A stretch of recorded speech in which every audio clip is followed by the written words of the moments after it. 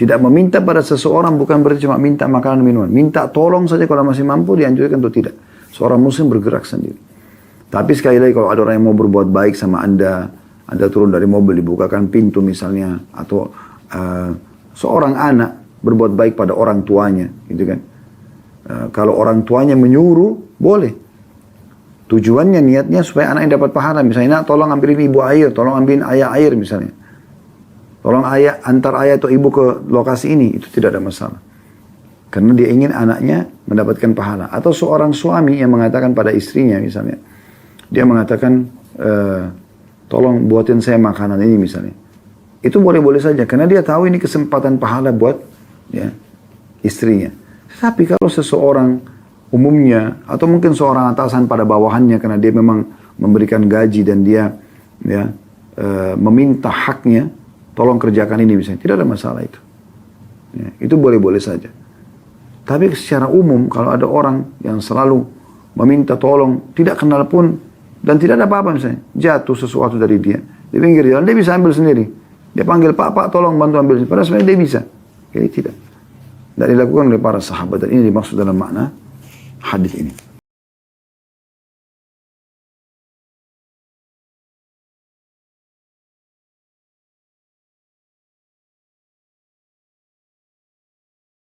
Assalamualaikum warahmatullahi wabarakatuh. Alhamdulillah, wassalatu wassalamu ala rasulillah.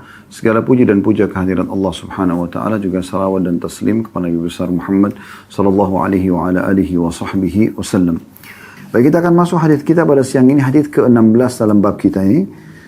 Dengan sanad sahih li ghairihi, atau menjadi sahih karena dikuatkan dengan riwayat-riwayat lain.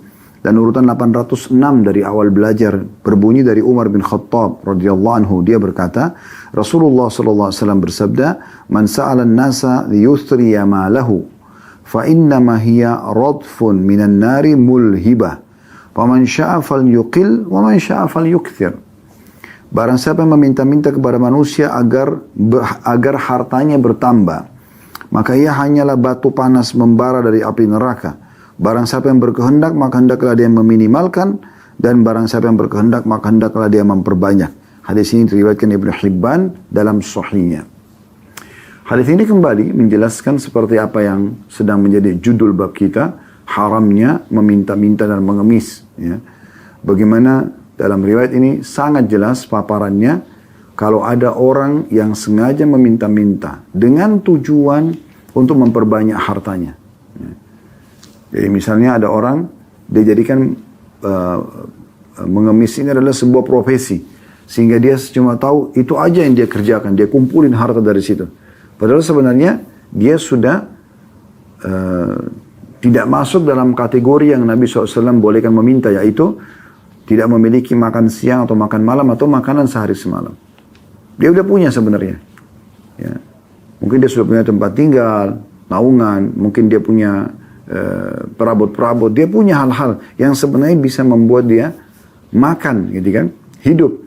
Mungkin dia terima bantuan beras untuk 1 bulan misalnya, gula atau sembako lah ya. Ada yang menaungi dia, gitu kan. Mungkin bantuan dari wali-wali anaknya yang sedang sekolah di satu lembaga karena tahu dia orang tidak mampu lalu dibantu misalnya, atau bantuan dari para tetangga atau melalui RT atau lembaga-lembaga resmi yang ada misalnya. Maka ini tidak boleh sama sekali. Ya. Terlebih lagi kalau ada orang yang memang dia menjadikan ya, permintaan-permintaan ini, walaupun dia mampu, itu sebagai tabiatnya. Ya. Kalau tadi kan profesinya, ada orang memang tabiatnya. Sudah kami berikan contoh beberapa pertemuan yang lalu ya. Misalnya, ada orang subhanallah kaya raya, tapi setiap kali berkunjung di rumah temannya atau rumah kerabatnya, lihat sesuatu yang bagus, bagus ya buat saya ya, langsung yang diambil misalnya. Nah ini membuka pintu mengemis buat dia. Kenapa dia minta? Kenapa dia tidak beli saja? Gitu kan? Beda halnya kalau dia dikasih. Tapi kapan dia minta ini, Nabi SAW ingatkan di sini, bahwasanya barang siapa yang meminta-minta kepada manusia agar hartanya bertambah, walaupun sedikit, maka harta-harta itu hanyalah batu panas membara dari api neraka. Oleh karena itu siapa yang mau, kata Nabi SAW, dia meminimalkan atau jangan minta. Kecuali dalam keadaan darurat, sudah kita jelaskan keadaan-keadaan terlilit utang, kita nggak bisa lagi, kecuali harus minta, gitu kan. Atau dalam keadaan-keadaan misalnya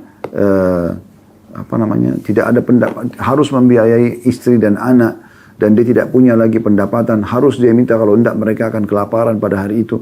Dan itu pun hanya sampai batas ya dia punya kemampuan. Dan Anda masih ingat hadis beberapa waktu yang lalu kita bahas, di mana Nabi SAW mengatakan kalaupun ada orang mengaku tidak mampu, ya dianjurkan agar ada 3 orang dari sukunya memberikan kesaksian. Kalau memang tidak mampu, kemudian dibantulah oleh kaum muslimin. Dan siapa yang mau, dia perbanyak. Silakan perbanyak bara api neraka. Dari hadis ini kita ambil 2 pelajaran penting. Yang pertama adalah larangan mengemis dan meminta-minta bagi orang yang mampu. Nah, ini jadi judul kita. Yang kedua, ancaman ya api neraka bagi orang yang mengumpulkan harta dari pengemisannya tadi itu. Hadis selanjutnya, hadis nomor atau riwayat selanjutnya, riwayat nomor 17, sahih mauquf atau sahih tapi hanya sampai ke sahabat saja, mauquf. Hadis nomor 807 dari awal belajar berbunyi dari Aslam, dia berkata, Abdullah bin Arqam berkata kepadaku, Udrulni ala ba'irin minal ataya astahmilu alaihi amirul mu'minin. Qultu na'am, jamalun min ibil sadaqah. Faqala Abdullah bin Arqam, atuhibbu law anna rajulan badinan fi yawmin har gasala ma tahta izarahu wa rufghayhi thumma a'takahu fasharibtahu. Qala faghadibtu وقلت يغفر الله لك لما تقول مثل هذا لي قال فإنما الصدقة أوساخ الناس يغسلونها عنهم. Tunjukkanlah kepadaku seekor unta dari hasil pemberian untuk membawa Amir Mukminin. Maka aku menjawab, ya seekor unta dari unta-unta zakat. Abdullah bin Arqam lalu berkata, apakah kau mau seandainya ada seorang yang gemuk di hari yang panas, dia mencuci apa yang ada di balik kain sarungnya dan kedua lipatan tubuhnya, kemudian air itu diberikan kepadamu untuk kamu minum. Maka dia pun berkata, perawi ini, aku marah pada saat itu dan berkata, semoga Allah mengampunimu. Mengapa kamu berkata seperti itu kepadaku? Maka dia pun menjawab, Musa Abdullah ibn Arqam radhiyallahu anhu mengatakan kepada tabi'in ini, zakat itu hanyalah kotoran harta orang-orang di mana mereka membersihkannya dari diri mereka. Diriwayatkan oleh Imam Malik dalam kitab Muwatta'nya. Riwayat ini menjelaskan kepada kita bagaimana Abdullah bin Arqam radhiyallahu anhu merincikan dan memberikan penjelasan lebih jauh tentang makna-makna hadis ya kepada Aslam, seorang tabi'in yang kebetulan pada saat itu mereka bertemu dan Abdullah bin Arqam mengatakan, ada nggak ataya? Ya.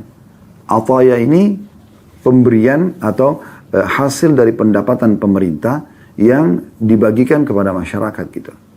Maka Abdullah bin Arqam minta, ada nggak ataya yang saya bisa pakai nanti biar Amir Mukminin bisa tunggangi jadi kendaraannya raja gitu. Maka kata Aslam, ada, ini dari unta zakat. Maka Abdullah bin Arqam lalu mengatakan, mau nggak kalau seandainya ada satu orang gemuk, dia mandi, dia bersihkan kotoran tubuhnya, dia nampung air tersebut di satu wadah, kemudian ya diberikan kepada kamu untuk meminumnya. Apa kamu mau minum? Maka Aslam mengatakan, aku sempat tersinggung pada saat itu. Lalu aku mengatakan kepada Abdullah bin Arqam, kenapa anda berkata seperti ini kepada saya? Maka dikatakan sesungguhnya zakat itu adalah kotoran manusia. Mereka membersihkan harta-harta mereka dengan itu. Artinya tidak layak untuk diberikan kepada Amir Mukminin, kepada raja, gitu kan? Jadi dari riwayat ini, teman-teman sekalian, kita harus lebih jeli. Mana yang merupakan hak kita yang bisa kita pakai, mana yang bukan merupakan hak kita. Jadi jangan sampai malah kita menggunakan ya zakat misalnya padahal sebenarnya kita tidak berhak untuk itu. Karena zakat ini ya dikeluarkan untuk membersihkan harta-harta orang. Ya, dari misalnya pendapatan dalam 1 tahun, kalau ada pendapatan-pendapatan yang kotor, yang syubhat, yang tidak jelas atau haram, maka dibersihkan dengan zakat. Kalau seandainya orang itu tidak layak, tadi di sini misalnya raja tidak layak menggunakan ya, unta dari zakat, maka Abdullah bin Arqam mengatakan, ini sama saja diberikan minuman dari hasil kotoran orang. Dari hadis ini kita ambil pelajaran yang pertama, zakat itu hanya boleh kepada orang yang mustahik saja atau yang layak. Dan sudah pernah kita jelaskan berulang kali ya. Itu ada dijelaskan dalam surah At-Taubah, surah nomor 9 ayat 60. Ada 8 golongan di situ yang disebutkan bisa menerima zakat. Jadi tidak boleh keluar dari mereka gitu. Kemudian yang kedua, bagaimana Abdullah ibn Arkam radhiyallahu anhu sangat cerdas dalam memberikan perumpamaan, dan ini juga satu hal yang baik dipakai oleh para guru ya. Para guru memberikan perumpamaan-perumpamaan dalam menyampaikan supaya lebih mudah difahami oleh orang-orang tentang apa yang dimaksudkan gitu. Kalau Anda berdakwah, Anda sedang menyampaikan ceramah atau sedang mengajar, pakailah bahasa-bahasa ringan yang semua orang bisa memahaminya gitu. Karena tidak semua orang yang hadir dalam khutbah Jumat atau tidak semua orang hadir dalam majelis ilmu gitu kan. Yang selevel pendidikannya dengan Anda misalnya. Untuk apa Anda menggunakan kosakata-kosakata yang susah untuk difahami? Hanya untuk dipuji, dikatakan orang ini hebat? Enggak. Pakai kosakata yang mudah difahami, ringan. Yang penting intinya orang mengamalkan isi agama ini. Maka harus difikirkan baik-baik. Nah, dengan cara juga memberikan perumpamaan-perumpamaan akan memudahkan orang memahaminya. Selama ini kan kita tahu zakat untuk mensucikan harta. Tapi Abdullah bin Arkam di sini memberikan sebuah sentuhan yang berbeda secara keimanan. Dia mengatakan perumpamaan zakat itu seperti orang yang badannya kotor, gemuk, dia mandi, dia cuci semua badannya, kotorannya airnya ditampung di satu tempat, kemudian diberikan minum kepada orang lain. Apakah orang-orang akan minum airnya? Maka gambar ini maksudnya, kamu jangan sampai pakai zakat kalau kau adalah orang yang mampu.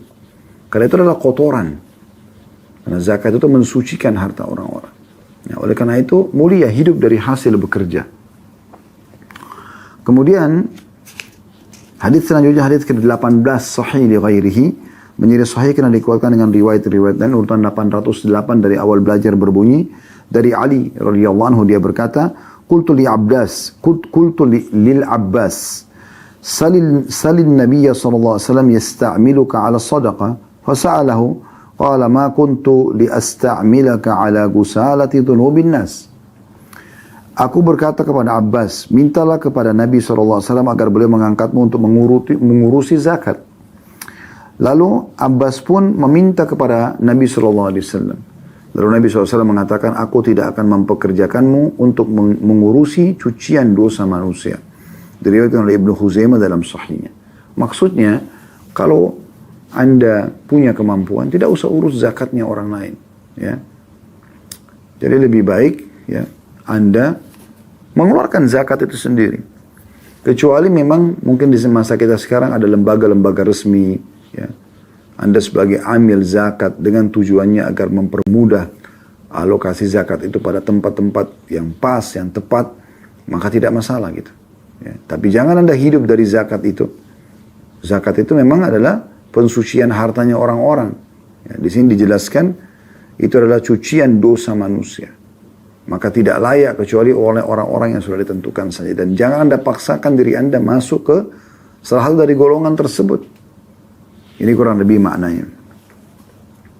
Dari riwayat ini kita ambil pelajaran bagaimana Nabi SAW memberikan pendidikan kepada pamannya Abbas radhiyallahu anhu, yang niatnya Abbas baik, ingin meraih pahala, gitu kan. Tetapi Nabi SAW untuk berjaga-jaga mengatakan, saya tidak akan mempekerjakan engkau untuk mengurusi cucian dosa manusia. Ya, bukan berarti zakat itu jelek, tidak. Justru bagus dia dikeluarkan, karena itu rukun Islam.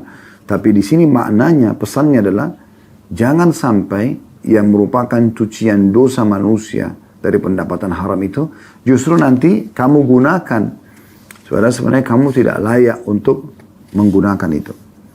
Hadis ke-19 dengan sanad sahih urutan 809 dari awal belajar berbunyi dari Abu Abdurrahman Auf bin Malik al-Asy'a'i radhiyallahu anhu, dia berkata, kunna 'inda Rasulillah sallallahu alaihi wasallam 9 aw 8 aw 7. Faqala ala tubayi'una Rasulullah sallallahu alaihi wasallam wa kunna hadithi ahdin bi bai'ah.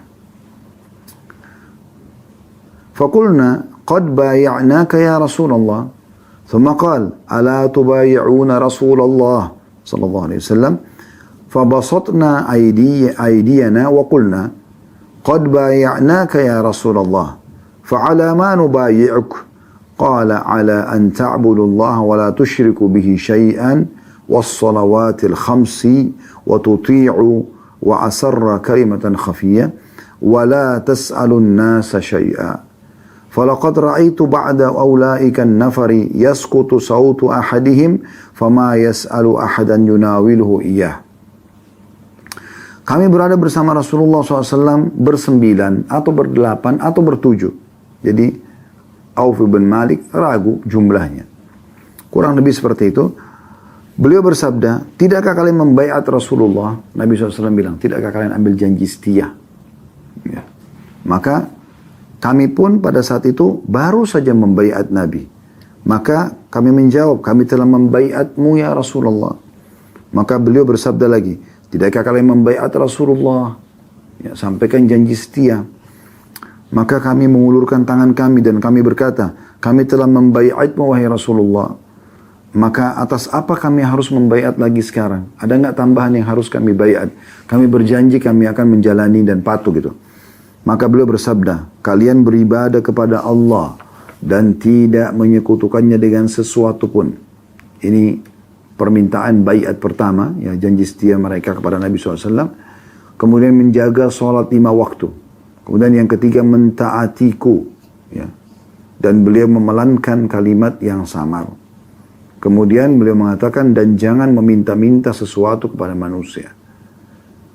Lalu kata Abu Malik, ya, kata Auf bin Malik al-Ashja'i radhiyallahu anhu, aku telah melihat sebagian dari para sahabat yang berbaiat itu cemeti salah seorang dari mereka jatuh dan dia tidak meminta bantuan seseorang untuk mengambilnya.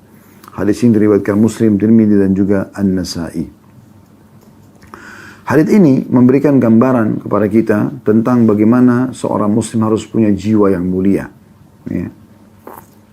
Kita mulai dulu dari faedah yang pertama tentang kecerdasan Auf bin Malik al-Ashja'i. Ini sering kita sampaikan sebagai faedah hadis ya. Di saat ada seorang sahabat tidak langsung to the point menyampaikan sabda Nabi SAW, tapi dia sedikit memberikan histori, sejarah, ya, cerita bagaimana tersebutkannya hadis Nabi itu, mungkin di masa itu tidak terlalu besar manfaatnya bagi mereka. Seperti Auf bin Malik al-Ashja'i radhiyallahu anhu dan 7 orang temannya yang lain atau 6 orang temannya yang lain, kalaupun mereka bertujuh, ya, kalau mereka berdelapan berarti 7 orang temannya yang lain, atau mereka bersembilan tadi berarti 8 orang temannya yang lain. Ya. Mereka sebenarnya tahu tentang kisah ini, tahu bagaimana terjadinya penyampaian Nabi SAW. Tapi kita yang sekarang mempelajari hadis ini seperti Anda sekarang sedang duduk menyimak misalnya hadis ini dan saya juga sedang membacakan, kita kan tidak pernah tahu karena tidak hadir pada saat itu. Maka penyampaian Auf bin Malik al-Ashja'i radhiyallahu anhu tentang sedikit historinya itu bermanfaat sekali buat kita. Di sini kan dikatakan, kami pada saat itu ya 9 orang, 8 orang atau 7 orang, dan kami ya disampaikan oleh Nabi SAW, tidakkah kalian membaiat Rasulullah? Kami bilang kami sudah pada waktu itu kami baru baiat. Lalu Nabi SAW ulang lagi, tidakkah kalian membaiat Rasulullah? Kami mengatakan, langsung kami mengulurkan tangan kami dan kami mengatakan, apa yang harus kami baiat ya Rasulullah? Ya. Sebenarnya Auf radhiyallahu anhu bisa langsung masuk to the point. Yaitu dia mengatakan, kami telah membaiat Nabi SAW yaitu dengan tidak menyekutukan Allah dengan sesuatu apapun, misalnya sampai akhir hadis. Tapi beliau menceritakan sedikit. Nah ini faedah juga yang bisa kita ambil dari hadis. Yang kedua yang bisa kita ambil dari hadis ini, adanya baiat kepada Nabi SAW di masa hidup beliau, atau pengambilan janji setia, dan sekarang itu dilakukan kepada para pemerintah resmi. Ya. Kita memberikan janji setia kita tidak akan ya melanggar apa yang mereka titahkan selama tidak haram dalam agama. Ya. Berapa banyak orang yang tidak peduli dengan rambu-rambu lalu lintas misalnya, atau peraturan-peraturan yang ada, pada sebenarnya itu peraturan yang harus dia patuhi, gitu kan? Yang harusnya di sini dia patuh bukan karena para pemimpinnya, tapi karena Allah SWT yang memerintahkan dia untuk patuh misalnya. Nah di sini Nabi SAW selalu mengambil janji setia dari para sahabat agar mereka berjanji tidak akan meninggalkan selama hidup mereka. Dan itu terjadi kepada Nabi SAW. Tentu ini tidak dilakukan pada ulama-ulama di masa sekarang itu tidak ada baiat, gitu kan. Karena semua penyampaian agama sudah jelas, gitu kan. Sudah disampaikan, jadi tinggal ya kita ikuti saja instruksi dari Nabi SAW. Tapi di masa itu kalau Nabi hidup dan kita hidup, kita membaiat Nabi SAW. Kemudian yang ketiga yang bisa kita ambil adalah potongan-potongan wasiat Nabi SAW dalam baiat ini. Yang pertama, tidak menyembah Allah dan tidak menyekutukan dengan sesuatu apapun. Ya, ini termasuk hal yang paling mendasar yang harus setiap muslim dan muslimah fahami. Dia harus menyembah Allah hanya satu. Semua ibadahnya, semua hidupnya, bahkan kematiannya pun itu karena Allah. Qul inna salati wa nusuki. Katakan, hai Muhammad, salatku, sembelihanku, wa mahyaya, kehidupanku, wa mamati, kematianku, lillahi rabbil alamin. Untuk Tuhan alam semesta. Jadi memang kita diciptakan di sini teman-teman sekalian. Saya dan Anda ada di muka bumi ini dengan semua fasilitas yang ada, udara, air, api, semua tumbuh-tumbuhan, hewan-hewan, adanya status-status orang tua kita, saudara kita, lalu kemudian kita punya pasangan hidup, mungkin kita punya keturunan. Semua ini teman-teman sekalian tujuannya untuk beribadah kepada Allah Subhanahu wa taala. Untuk beribadah kepada Allah. Allah sudah jelaskan dalam surah Az-Zariyat yang masyhur, ya. Surah nomor 51 ayat 56. A'udzubillahi minasyaitonir rajim. Wa ma khalaqtul jinna wal insa illa liya'budun. Aku tidak ciptakan jin dan manusia kecuali untuk beribadah kepadaku, ya. Jadi memang ada penekanan tentang masalah itu. Kemudian tidak boleh menyekutukan sesuatu dengan Allah. Partnerkan Allah dengan makhluknya. Sudah sering kita sampaikan dan saya ingatkan kembali. Abu Lahab, Abu Jahal di Mekah, mereka sangat yakin Ka'bah adalah rumahnya Allah. Mereka sangat yakin, ya, pada saat mereka lakukan ibadah haji itu adalah perintah Allah dari Nabi Ibrahim AS, tapi mereka syirik. Mereka menyekutukan Allah dengan patung-patung yang mereka datangkan, benda-benda mati ini. Jadi mereka minta sama Allah, mereka juga minta sama patung-patung tersebut. Berapa banyak kaum muslimin yang tidak sadar mereka terjerumus dalam perbuatan syirik ini. Maka harus hati-hati. Ibadah itu harus murni kepada Allah Subhanahu wa taala. Tidak boleh sedikit pun tercampurkan dengan kesyirikan. Ya, karena kata Nabi SAW, al-yasiru minar riya' syirk. Sedikit saja riya', ya, memperindah ibadah karena makhluk, maka sudah syirik. Juga sama orang banyak menggantungkan jimat-jimat di badannya. Kata Nabi SAW, man 'allaka tamimatan faqad asyrak. Siapa yang menggantung jimat-jimat di tubuhnya, maka dia telah berbuat syirik. Ya. Nah, ini tidak diperlukan semua. Pernah ada sahabat menggunakan gelang dari kuningan. Lalu kata Nabi SAW, kenapa kau kenakan ini? Dia bilang, ini untuk, ya, menyelamatkan saya dari mara bahaya. Kata Nabi SAW, sesungguhnya kalau kau meninggal dan masih ada di tanganmu, maka kau tidak akan pernah beruntung selamanya. Maka sahabat itu pun membuangnya. Ya. Jadi tidak perlu semua itu. Kaum muslimin selalu jalan di atas syariat Allah Subhanahu wa taala. Kemudian wasiat yang kedua, ini masih di mutiara yang ketiga, ya, yaitu menjaga sholat 5 waktu.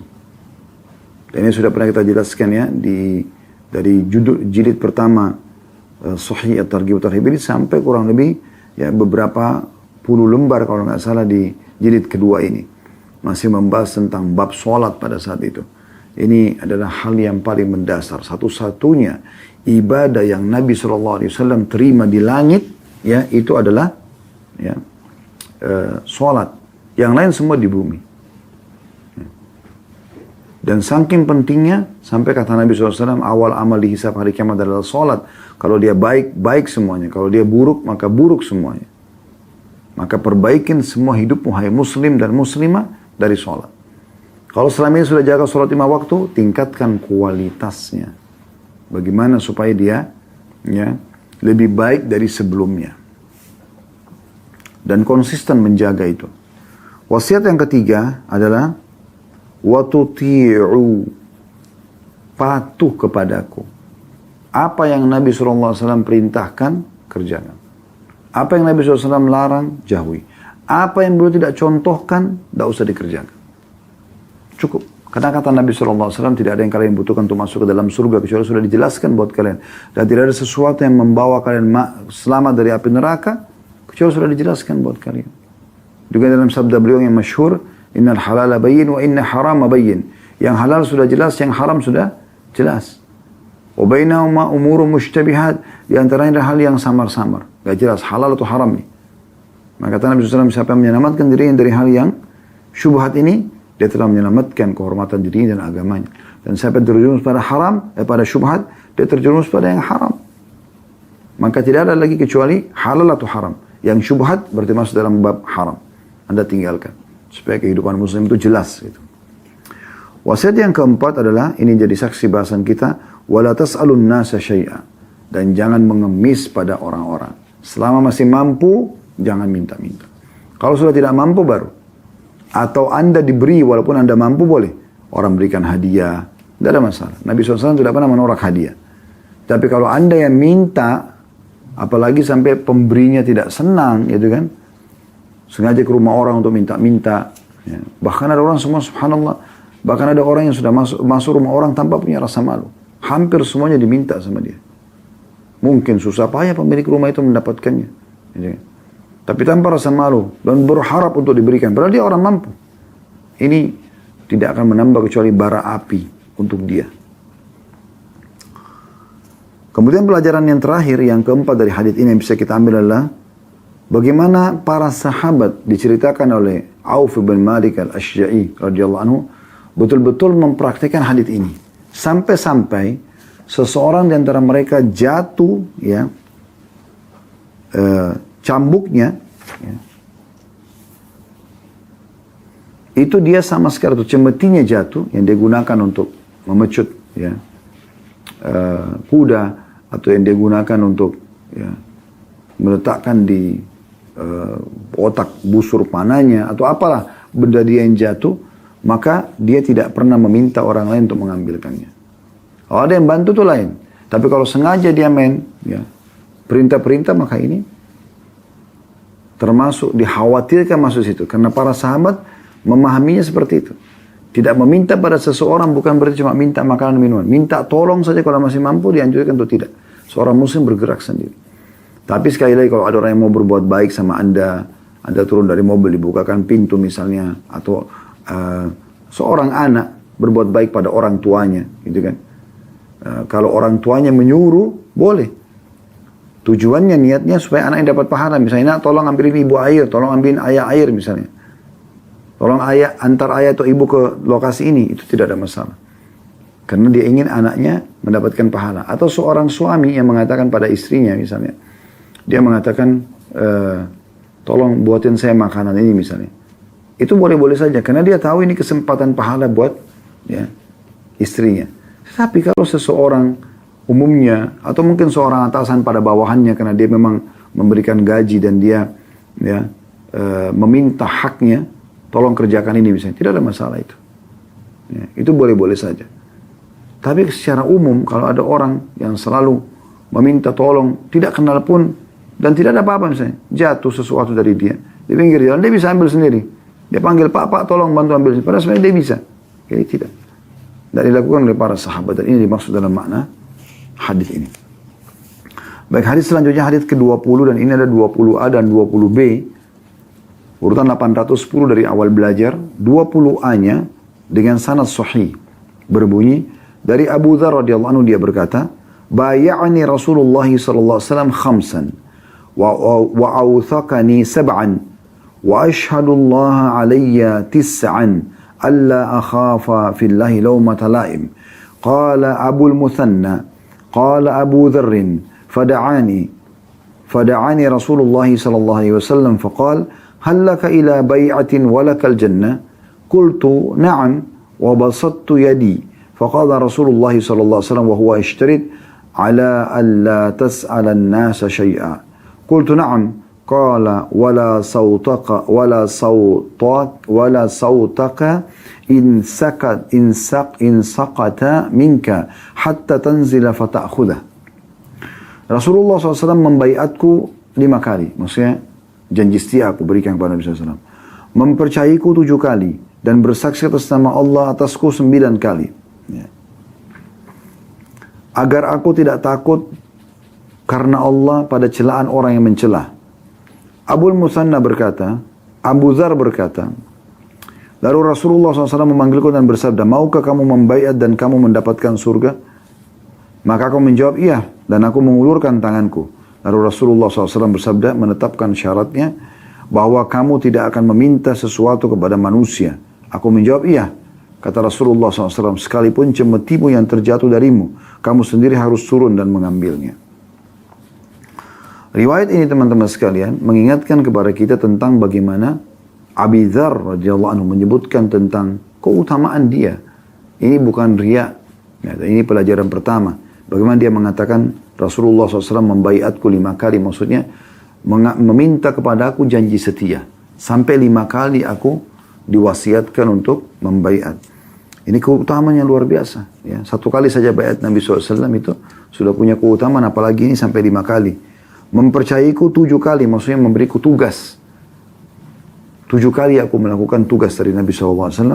Dan bersaksi atas nama Allah atasku 9 kali. Maksudnya 9 kali Nabi SAW memberikan kesaksian tentang kebaikan dan keutamaan Abi Dzar menggunakan nama Allah. Jadi kita ambil pelajaran pertama kedudukan Abi Dzar radhiyallahu anhu.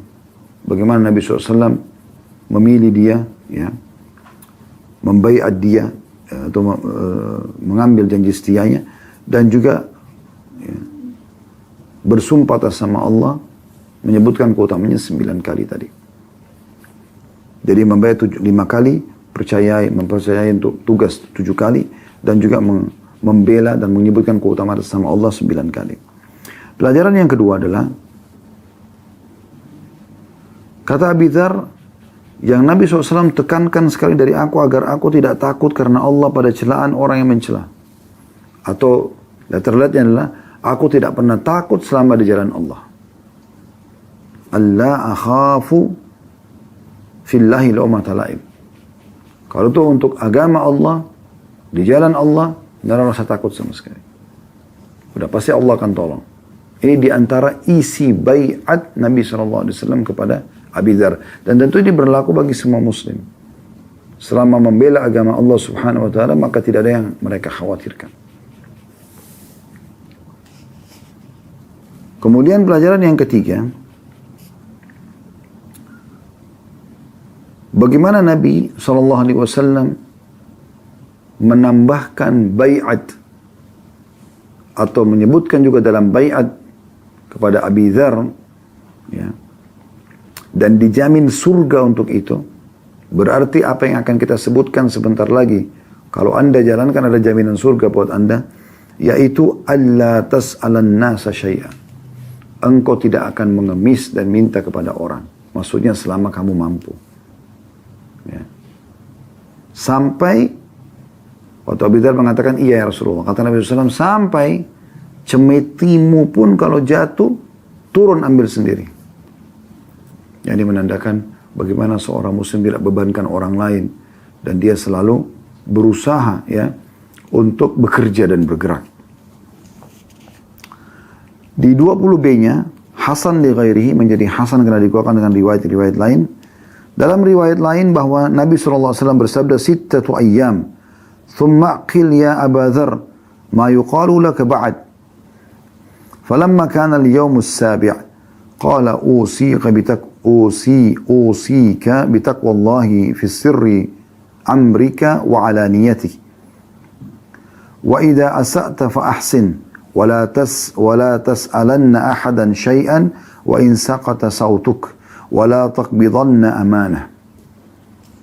6 hari kemudian fahamilah wahai Abi Dzar apa yang dikatakan setelah itu. Pada hari ke-7 Rasulullah SAW bersabda, aku mewasiatkan kepadamu agar kamu bertakwa kepada Allah dalam perkaramu yang tersembunyi dan yang terang-terang. Jika kamu salah, maka berbuat baiklah setelah itu.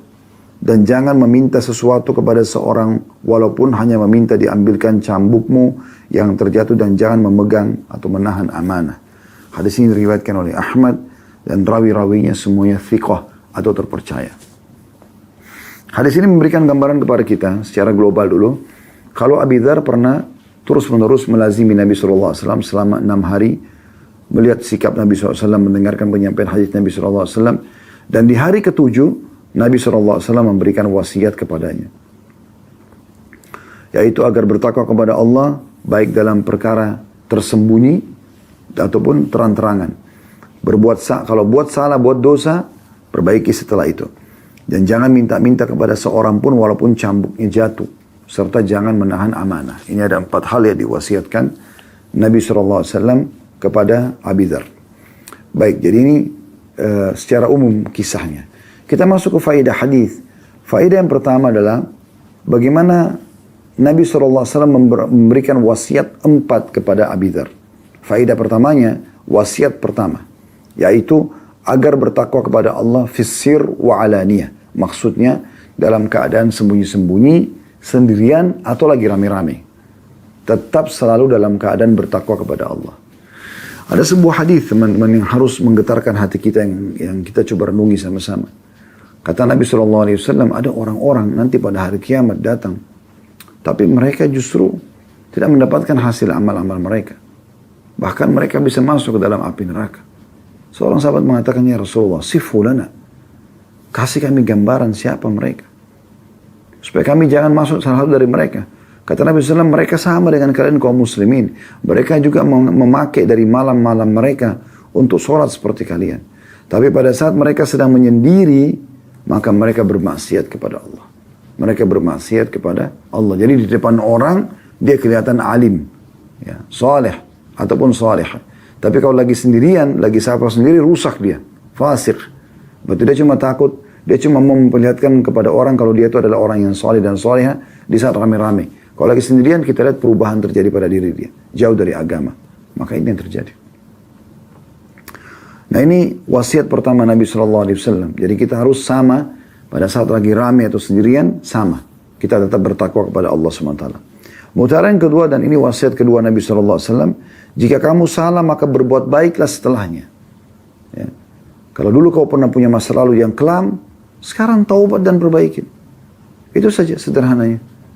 Maka dengan perbuatan ini, mirip dengan perkataan Hasan Basri rahimahullah. Ya, kepada seseorang, dia bilang kalau kau berbuat baik sekarang, bertaubat, berbuat baik ke depan, maka Allah akan terima amal itu dan Allah akan maafkan masa lalu. Tapi kalau kau berbuat jahat sekarang, maka Allah akan hisap kau di masa lalumu dan juga masa akan datang. Oleh karena itu teman-teman sekalian, tidak ada rasa malu untuk berubah menjadi orang lebih baik. Jangan malu untuk mengatakan, iya, ini aku sekarang. Ucapkan itu. Bahkan saking pentingnya ucapan ini, kami jadikan khusus materi tabligh akbar waktu itu di kota Makassar. Dan itu ada Anda temukan di playlist YouTube kami, judulnya iya, inilah aku sekarang. Bagaimana seseorang dari kita tidak perlu malu mengatakan, iya ini aku sekarang. Kalau orang mengatakan, dulu kamu kan begini. Iya, itu dulu. Tapi ini aku sekarang. Tidak ada masalah. Ya. Dan Islam tidak pernah mau mengetahui masa lalu seseorang. Tapi Islam akan mau mencari atau menilai perbuatan orang sekarang. Ya. Jadi perhitungannya adalah bil khawatim. Dengan apa dia menutup hidupnya. Ya, ini harus penting untuk difahami. Kemudian yang ketiga, wasiat Nabi SAW, jangan meminta sesuatu kepada seseorang walaupun hanya meminta diambilkan cambuk yang terjatuh. Selama kita masih mampu untuk mengambilnya. Lalu bagaimana Ustaz kalau ada yang tiba-tiba tolong saya? Gak ada masalah kalau dia tolong, terima saja gitu kan. Yang penting jangan selalu perintah, semua orang diperintah, walaupun bukan orang yang dia kenal, walaupun bukan bawahan dia misalnya, yang dia harus, atau yang dia sudah berikan gaji, atau anaknya, atau tadi istri yang sudah kita jelaskan. Jadi mulia di situ. Dan yang terakhir, yang keempat adalah, jangan menahan amanah. Kalau dititipin sesuatu, ya, dan sudah saatnya dikembalikan, kembalikan. Tidak boleh sama sekali kita menahannya, hanya karena ingin menikmati amanah tersebut misalnya. Apapun amanah harus dijaga. Dan saatnya kita memberikan, kita berikan. Ya, cuma ingin saya tambahkan di sini, amanah bukan hanya sekedar materi, tapi masuk juga kata-kata ya. Kalau Anda dititipkan uang, dititipkan mobil, dititipkan rumah, itu amanah. Baik, kalau Anda terima itu, maka saat pemiliknya minta, Anda kembalikan. Di Indonesia ini kan sering saya dengar ada kejadian ya. Kalau mereka tempati tanah orang, karena sudah lama, bertahun-tahun, puluhan tahun, pemilik tanahnya juga karena punya kekayaan banyak, jadi tidak pusing dengan tanah itu lagi. Maka pada saat dia butuh bangun, untuk memindahkan orang yang numpang selama ini di tanah itu harus membayar. Bagaimana caranya? Itu kan tanah orang. Kalau Anda disuruh tinggal di situ sementara, itu kan amanah. Di saat orangnya minta, Anda harus kembalikan. Dan ini tidak boleh dijadikan sebagai sebuah tradisi dan dibiarkan. Sehingga orang yang sudah numpang di tanah kita misalnya, sekian tahun, pada saat mau dikeluarkan harus kita yang bayar lagi. Apa urusannya ini? Kalau gitu kenapa dari awal mereka tinggal di situ? Sama juga teman-teman ya, yang membangun, membuka usaha-usaha di pinggir jalan. Anda izin sama pemerintah setempat. Kalau saatnya Anda dikasih izin, Anda dapat amanah. Tapi kalau sudah disuruh bongkar, nggak boleh lagi, ya sudah. Anda harus mengerti. Jangan tunggu dibongkar paksa. Harus bisa mengerti. Gitu kan? Nah, ini semua contoh. Sisi yang lain, amanah juga ada kata-kata teman-teman sekalian. Jadi kalau ada teman Anda mengatakan, saya akan ceritakan kepada kamu, tapi jangan ceritakan ya ke orang lain. Anda mengatakan, iya, ini amanah. Tidak boleh Anda ceritakan ke orang lain. Jangan bilang lagi sama teman yang ketiga, ya setelah Anda ngobrol sama orang yang punya masalah ini, Anda mengatakan, ada sebenarnya yang saya mau sampaikan tentang si fulan, tapi jangan cerita orang lain ya, karena dia bilang jangan cerita orang lain. Gimana caranya? Berarti Anda tidak amanah di situ. Ya. Baik teman-teman sekalian, kita lanjutkan ke hadis 21 dalam bab kita dengan sanad sahih. Ini sebuah kemuliaan yang Allah mudahkan kita ya, di siang hari Ramadan seperti ini kita bisa mendengarkan hadis demi hadis dari baginda Nabi SAW. Ini termasuk hal yang luar biasa manfaatnya. Karena mendengarkan saja itu sudah sebuah faedah yang luar biasa. Kita dapat pahala, apalagi dengan kita mengambil ilmu darinya. Ya.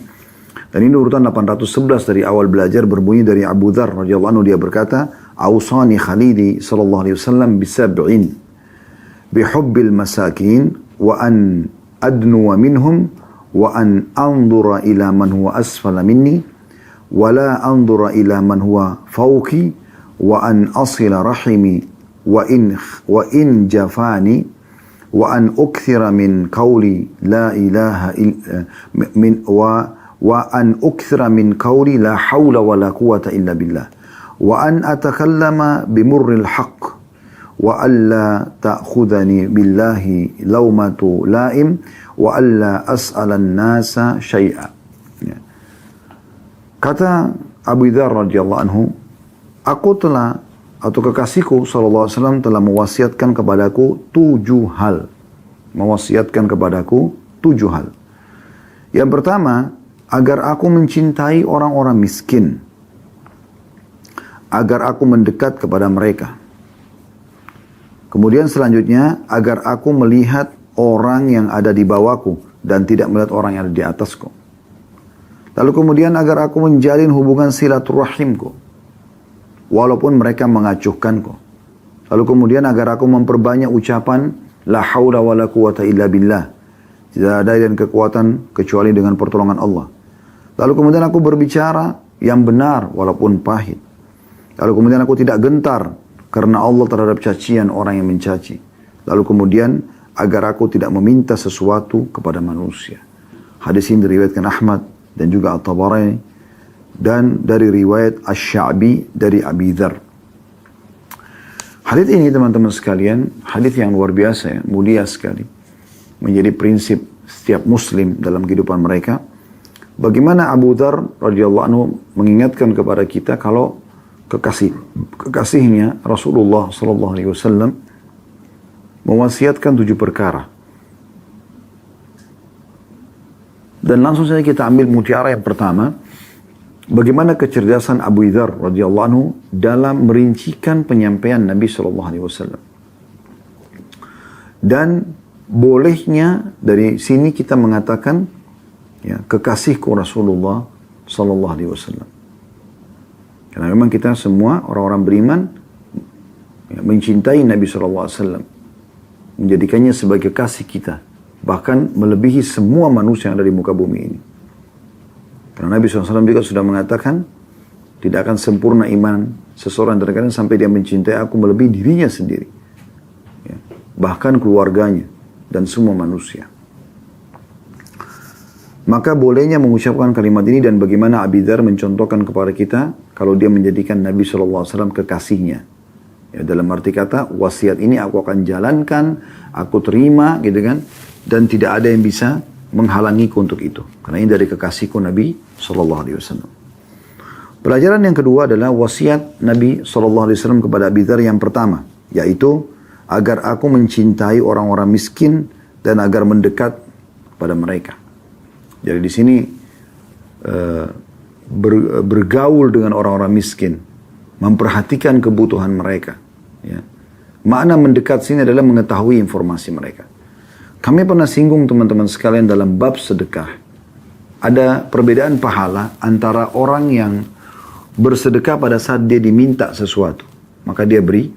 Dengan ada orang yang sengaja keluar mencari kantong-kantong sedekah itu. Ini lebih besar pahalanya yang kedua. Jadi sengaja keluar mencari orang miskin lalu kemudian, atau mencari lembaga-lembaga sosial lalu kemudian dia bersedekah. Itu pahalanya lebih besar dibandingkan orang nunggu ada yang minta baru dia kasih. Karena kalau seandainya Anda tinggal di sebuah komplek yang elit, di sana tidak ada security, tidak bisa orang sembarangan masuk, aksesnya sangat ketat. Bagaimana caranya Anda mau bersedekah? Kalau Anda kebetulan, misal, tidak keluar dari komplek tersebut 1 minggu. Mungkin kalau Anda mau sholat, ada masjid di dalam komplek Anda misalnya. Tidak ada orang miskin, semua dalam komplek orang-orang mampu. Maka kapan Anda bisa bersedekah? Gitu kan? Kecuali dalam keadaan satu keadaan mungkin kalau sekarang kita bisa online, nah mungkin. Tapi kalau orang ya, sengaja keluar, ya, kemudian dia memprogramkan itu untuk dia bersedekah, maka ini lebih besar dan lebih utama. Karena kalau kita tunggu orang minta, belum tentu semua orang minta kepada kita. Yang lebih parah lagi ada orang yang sudah dimintai masih nolak. Dibisikin oleh syaitan dan dia iyakan syaitan itu. Itu masih kuat, bisa bekerja. Itu bohong. Itu kaki palsu. Itu anak pinjaman. Segala macam hujah dan argumentasi yang tidak ada gunanya yang disampaikan oleh dia. Sementara tugas kita kalau orang sedang minta, kita eksekusi. Kasih aja. Bukan saatnya kita diskusi sama syaitan. Masalah dia menipu kita itu tidak ada urusannya. Ya, karena semua dibalas sesuai dengan niatnya. Kata Nabi SAW, innamal amalu bin niat. Semua sesuai dengan niatnya. Maka di kita niat bersedekah, Allah sudah kasih. Dia niat menipu, maka Allah juga sudah hukum. Nah, sunnah Nabi SAW di sini, agar kita mencintai orang miskin. Ya. Mencintai orang miskin. Saya akan coba tandai hadis ini, karena ada 7 dikatakan. Jadi yang pertama adalah mencintai orang miskin. Kemudian selanjutnya, agar tidak melihat orang yang ada di bawahku dan tidak melihat kepada orang yang di atasku. Ya. Yang dimaksud di sini adalah kalau seandainya aku memiliki kelebihan rezeki, ya, maka aku selalu melihat orang yang di bawahku dan tidak lihat orang yang di atasku. Kalau kita punya motor, jangan lihat orang yang punya mobil, kita tidak akan pernah bersyukur. Lihat orang yang masih pakai sepeda. Kita punya sepeda, jangan lihat orang yang punya motor, kita lihat orang yang jalan kaki. Kita jalan kaki, jangan lihat orang yang punya sepeda atau motor, apalagi mobil. Lihat orang yang tidak punya kaki, puntung. Ya. Anda puntung pun, ada orang yang sudah meninggal dunia. Atau mungkin cacat seluruh tubuhnya. Maka ini cara untuk hidup tentram. Karena kalau Anda lihat selalu kelebihan yang ada pada diri orang, Anda tidak akan pernah bersyukur kepada Allah SWT. Semuanya kurang. Ya. Makanya orang yang seperti ini tidak akan pernah bisa melihat nikmat Allah yang ada pada dirinya. Selalu tolak ukurnya, tetangga fulan, kerabat fulan, mobil baru, rumah baru, pakaian baru, gorden baru, dan seterusnya. Tidak pernah selesai-selesai. Ya. Jadi seakan-akan dunia menjadi target utama mereka. Ini semua akan ada hisabnya teman-teman. Tidak ada sesuatu yang sia-sia. Apa yang Anda keluarkan dari harta Anda, dari sumber mana Anda dapatkan, kemana Anda keluarkan akan ditanya. Bukankah sabda Nabi SAW jelas? Tidak akan beranjak kaki seorang hamba pada hari kiamat sampai ditanya 4. Umurnya, masa mudanya, ilmunya, ya. Kemudian juga hartanya dari mana dia dapatkan dan kemana dia keluarkan. Harta ditanya 2. Ilmu apakah dia sudah amalkan? Masa muda dia pakai untuk apa? Umur dia gunakan untuk apa? Tapi harta 2 sumbernya. 2 pertanyaannya. Dari mana dia dapatkan? dan kemana dia keluarkan. Oleh karena itu harus hati-hati sekali.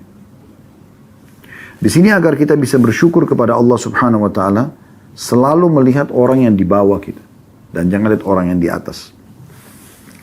Selanjutnya, ya, wasiat Nabi sallallahu alaihi wasallam agar selalu menjalin hubungan silaturahim. Dan ini sudah sering kita ingatkan teman-teman sekalian. Yang dimaksud adalah silah, hubungan. Rahim artinya kekerabatan.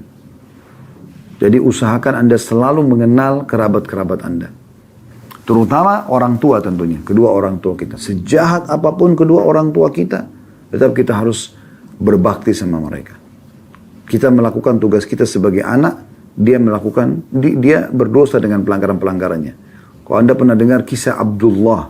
Abdullah ini seorang mukmin, anak daripada ya kepala munafik Ibnu Abi Salul. Orang munafik di Madinah. Dia munafik, pimpinan orang munafik, anaknya adalah orang mukmin. Tapi terkenal sekali Abdullah mukmin ini selalu bakti sama ayahnya. Dia tahu ayahnya munafik, tapi dia tetap bakti. Begitu juga anak-anak yang orang tuanya kafir tetap berbakti. Ya. Tetap lanjut hubungan silaturahim dengan kerabat-kerabat.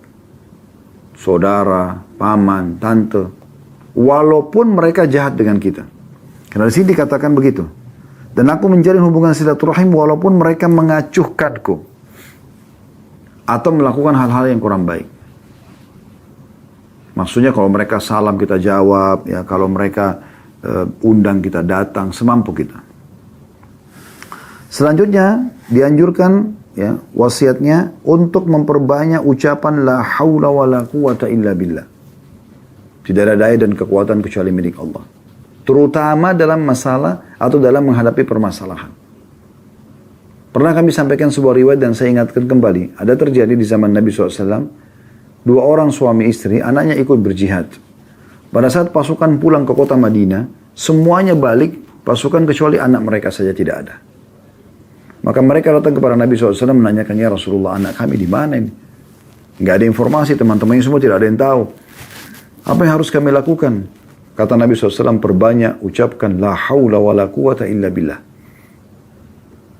Maka mereka pun pulang dan mengamalkan dari mulai tinggalkan masjid Nabi SAW bertemu dengan Nabi SAW sampai mereka tertidur di malam hari. Mereka dikagetkan tengah malam ada yang ketuk pintu rumah waktu mereka buka anaknya depan pintu. Anak mereka depan pintu. Maka dengan semangat mereka berdua bertanya, apa ceritamu hai anakku? Apa ceritamu hai anakku? Kata si ayah ya, sama ibunya. Maka kata anak tersebut, entah kenapa beberapa waktu yang lalu, ya, waktu saya ditawan oleh musuh, saya diikat dengan sangat kuat, tiba-tiba mereka semua tertidur, kemudian ikatan saya mulai meregang. Setelah itu saya bisa melarikan diri. Dan itu ya terjadi semenjak kedua orang tua ini mulai mengucapkan la haula wa la quwata illa billah.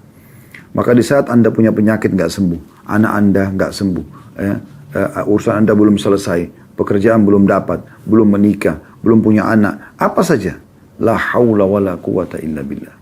Dan ini bukan cuma sekali, tapi perbanyak. Dan ini disebutkan dalam sebuah hadis, la haula wa la quwata illa billah kanzun min kunuzil jannah.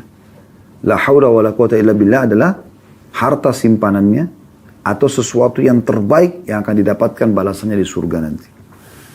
Kemudian selanjutnya wasiat Nabi SAW kepada ya, Abi Dzar, yaitu aku berbicara benar walaupun pahit, jujur. Ya. Ini diperintahkan untuk jujur. Karena kejujuran teman-teman sekalian, kalau kita mengucapkan walaupun pahit, maka akan selesai pada saat itu. Coba Anda bayangkan kalau Anda punya masalah. Lalu Anda jujur, ya apa adanya. Kan selesai pada saat itu. Tidak lagi jadi PR gitu. Dibandingkan Anda harus berbohong, akhirnya setiap kali ditanya permasalahan yang sama, Anda akan bohong lagi. Dan bohong ini punya saudara-saudara banyak. Akan lahir bohong-bohong yang lain. Dan ciri orang mukmin jujur. Allah SWT mengatakan dalam Al-Quran, A'udzubillahi minasyaitonir rajim. Semoga Allah jadikan kita selalu orang-orang yang jujur ini. Yang Allah berikan julukan siddiqin. Ya, orang-orang yang jujur bersama dengan para nabi-nabi di surga nanti. Semoga insya Allah sekali lagi kita termasuk mereka. Ya. Allah mengatakan, a'udzubillahi minasyaitonir rajim, ya ayyuhalladzina amanu taqullaha wa qulu qawlan sadida. Hai orang beriman, bertakwalah kepada Allah dan jujurlah. Yuslih lakum a'malakum. Maka dia akan memperbaiki amal-amal perbuatan kalian. Wa yaghfir lakum dzunubakum. Dan memaafkan kesalahan-kesalahan kalian. Juga Allah SWT mengatakan, wa kunu ma'as sadiqin. Selalulah bersama dengan orang-orang jujur. Di mana Nabi SAW juga mengatakan,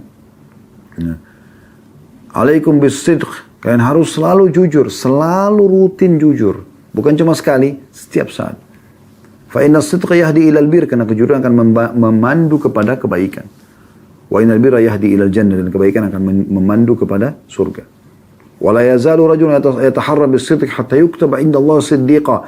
Dan seseorang terus saja jujur dalam hidupnya sampai Allah catat dia sebagai seorang yang siddiq, penghuni surga tertinggi tadi bersama dengan para nabi-nabi. Wa iyyakum wal kadhib, hati-hati dengan dusta. Fa innal kadhiba yahdi ilal fujur, karena dusta membawa pada kefajiran. Semoga Allah memaafkan kalau masa lalu ada orang melakukannya. Kita berharap mulai sekarang kita belajar ke depannya. Itu yang kita inginkan. Pengajian seperti ini kita ikutkan dengan harapan agar kita bisa berubah, mengambil pelajaran dari apa yang sudah kita pelajari. Kata Nabi SAW, hati-hati dengan bohong. Karena bohong bisa membawa kepada keburukan, perbuatan pelanggaran, gitu kan, kriminal. Ya. Iyyakum wal kadhiba fa inna kadhib yahdi ilal fujur wa innal fujura yahdi ilal nar. Hati-hati kalian dengan dusta, karena dusta bisa membawa pada perbuatan kebongkaran, kerusakan, pelanggaran, dan kerusakan itu akan membawa ke dalam api neraka. Wala yazalu rajulun yataharra bil kadhiba hatta yuktaba indallahi kadzdzaba. Dan seseorang terus saja berbohong sampai akhirnya Allah cap dan catat di sisinya orang ini sebagai pendusta. Dia tidak bisa lagi perbaiki nanti. Ya. Jadi ini wasiat yang luar biasa, dan Nabi SAW terkenal sebagai orang yang jujur.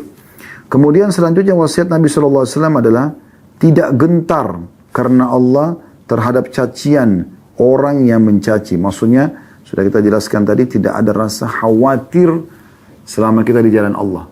Jangan gentar. Apapun rintangannya, lalui saja. Allah akan bersama dengan orang beriman. Allah akan berikan pertolongan dengan caranya. Tidak usah juga Anda sibuk menghabiskan waktu untuk mengkanter ini dan mengkanter itu. Serahkan semua kepada Allah Subhanahu wa ta'ala.